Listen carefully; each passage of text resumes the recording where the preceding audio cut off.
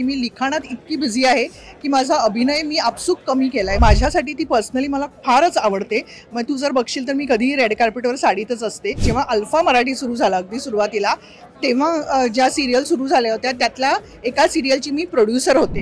Hello hi नमस्कार, मी मज्जा girl Ankita Lokhande. Zee Marathi चित्रगौरव 2024 सुरू आहे. रेड कार्पेटवर ज्यांनी इतिहास रचलाय त्या माझ्यासोबतच. कशा आहात? मस्त. तू कशी आहेस? मी खूप मस्त आहे. आणि काय म्हणतात, रेड कार्पेट जेव्हापासून बाई पण रिलीज झाला तेव्हापासून जेव्हा जेव्हा रेड कार्पेट येतं, जेव्हा जेव्हा चित्रपटांसाठी नामांकन येतं, बाई पणचं नाव हे येतच आणि सगळ्या ट्रॉफीज आम्ही घरी घेऊन जातो.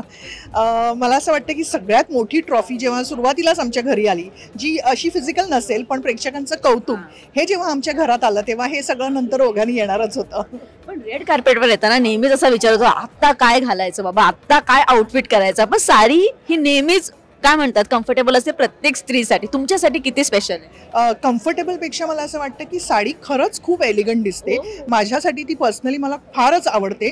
मग तू जर बघशील तर मी कधीही रेड कार्पेटवर साडीतच असते. कारण मला पर्सनली असं वाटतं की स्त्री जितकी एलिगंट दिसते, जितकी ग्रेसफुल दिसते साडीमध्ये, तितकी इतर वस्त्रात दिसू शकते. नाही असं नाही, पण त्या साडीची ग्रेस ही खूप वेगळी आहे. आणि मला पर्सनली मिक्स अँड मॅच करून वेगवेगळ्या साड्या, वेगवेगळे ब्लाउजेस असं करायला फार आवडतं. पण सगळ्यामध्ये इयरिंग्स फार लक्ष वेधून घेतात, त्याचं काय खासियत?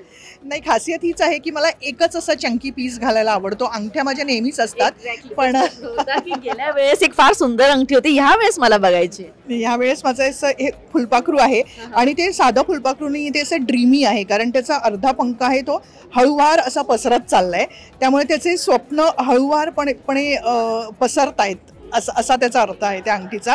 त्यामुळे मला ती फार आवडते.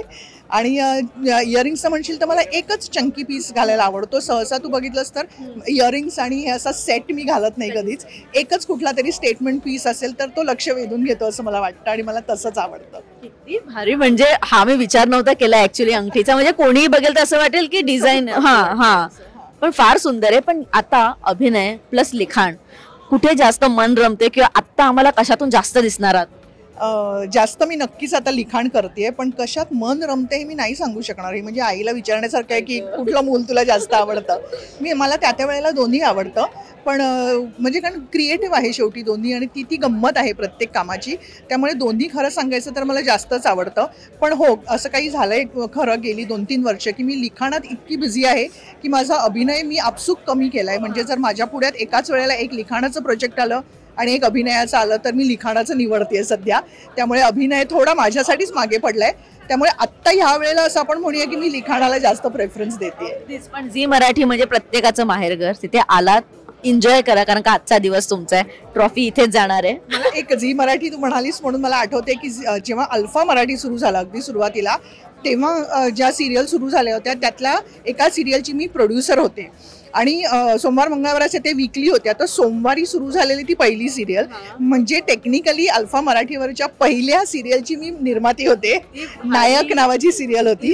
त्यामुळे त्या दिवसापासून, अक्षरशः जन्मापासून त्या दिवसापासून माझं नातं आहे. बाळच आहे. अगदी अगदी. पण अगदीच तुम्ही खरंच खूप छान करताय. आम्हाला अजून चित्रपट बघायला आणि अजून भूमिका आणि अभिनय बघायला मला सगळ्यात जास्त आवडेल. सो काय म्हणतात की प्लीज तयारी करा, कारण का प्रेक्षक खरंच आतुरतेने वाट बघतात आफ्टर बाई पण काय. So thank you so much and all the very best. Thank you so much. Marathi चित्रपटसृष्टीतील लेटेस्ट अपडेट्स आणि गॉसिपसाठी आमच्या चॅनेलला सबस्क्राईब करा आणि बेल आयकॉन दाबायला विसरू नका.